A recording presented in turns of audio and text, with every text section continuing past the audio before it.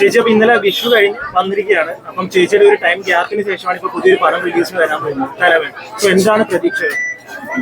എല്ലാ സിനിമകളും പുതിയതായിട്ട് ഇറങ്ങാൻ പേഴ്സണലി നമ്മളാകുമ്പോഴത്തേക്ക് തന്നെ ഏറ്റവും നല്ല പ്രതീക്ഷയോടുകൂടി തന്നെ ആയിരിക്കും നമ്മൾ നിൽക്കുക. സോ അത് തന്നെയാണ് ഇപ്പോഴും ഉള്ളത്. ഏറ്റവും നന്നായിട്ട് വരട്ടെ എന്ന് പ്രാർത്ഥിക്കുന്നു. പിന്നെ ജിസേട്ടനാണ് അതിന്റെ ഡയറക്ടർ. സോ അദ്ദേഹത്തിനോട് വർക്ക് ചെയ്യാന്നുള്ളത് എനിക്ക് ഭയങ്കര ആഗ്രഹമുള്ള ഒരു കാര്യമായിരുന്നു. അങ്ങനെ ജിസേട്ടനോട് വർക്ക് ചെയ്തു. ആസിഫിക്കയും ബിജേട്ടനും മേയാണ് നമ്മൾ വേറെ കാസ്റ്റ് അതിനകത്തുള്ളത്. അപ്പൊ എന്തായാലും ജിസേട്ടൻ ഇതുവരെയുള്ള മൂവീസ് ഒക്കെ എല്ലാവരും സ്വീകരിച്ച മൂവീസ് തന്നെയാണ്. അപ്പൊ ഇതും അതുപോലെ തന്നെ അല്ലെങ്കിൽ അതിനേക്കാൾ മുകളിൽ സ്വീകരിക്കും എന്ന് തന്നെ വിചാരിക്കുന്നു.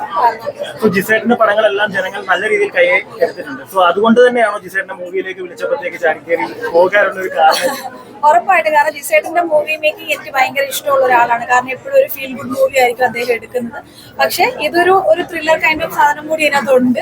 അപ്പൊ എന്തായാലും അദ്ദേഹത്തിന്റെ മൂവിയിൽ വർക്ക് ചെയ്യണം എന്നുള്ളത് അദ്ദേഹത്തിന്റെ സിനിമകൾ കണ്ടതിന് ശേഷം തന്നെ തോന്നിയ ആഗ്രഹമാണ്. അപ്പൊ അതിന് ഇത്രയും ഒരു ടൈം എടുത്തു എന്നുള്ളതാണ്. പക്ഷെ കുറച്ച് എക്സൈറ്റഡ് ആണ്, സന്തോഷത്തിലാണ്. അതുപോലെ തന്നെ 2-3 പടങ്ങൾ ഇപ്പോൾ ഇഷ്യൂ ആയിട്ട് ഇറങ്ങിയിട്ടുണ്ടായിരുന്നു. ഏതെങ്കിലും ഒക്കെ കണ്ടിട്ടുണ്ടോ? ഇല്ല, ഞാൻ ലൊക്കേഷനിലായിരുന്നു. കാസർഗോഡ് ഇപ്പൊ എന്റെ ഒരു ഷൂട്ട് നടക്കുന്നുണ്ട്.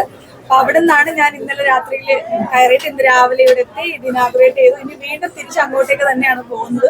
സോ മൂവി കാണുന്നില്ല എന്തായാലും ഈ ഒരു 26-ാം തീയതിക്ക് ശേഷമേ ഉണ്ടായിട്ടുള്ളൂ. ഒത്തിരി സന്തോഷം. കാരണം പുതിയ സംരംഭങ്ങൾ തുടങ്ങുക, പ്രത്യേകിച്ച് ഡ്രസ്സിന്റെ മെറ്റീരിയൽസ് പൊട്ടിക്കുന്നാകുമ്പോൾ ഞങ്ങൾക്കൊക്കെ പേഴ്സണലി അറിയാമല്ലോ, സ്ത്രീകൾക്ക് ഓർണമെന്റ്സും ഡ്രസ്സും ആയിരിക്കും ഏറ്റവും കൂടുതൽ വീക്ക്നെസ്.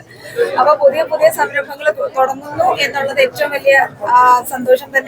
അതിന്റെ ഒരു ഭാഗമാകാൻ ഒരു അതിഥിയായിട്ട് ഞങ്ങൾക്ക് എത്താൻ കഴിയുന്നത് ഒരു ഭാഗ്യമാണ്. ആശംസകളും നേരാണ്.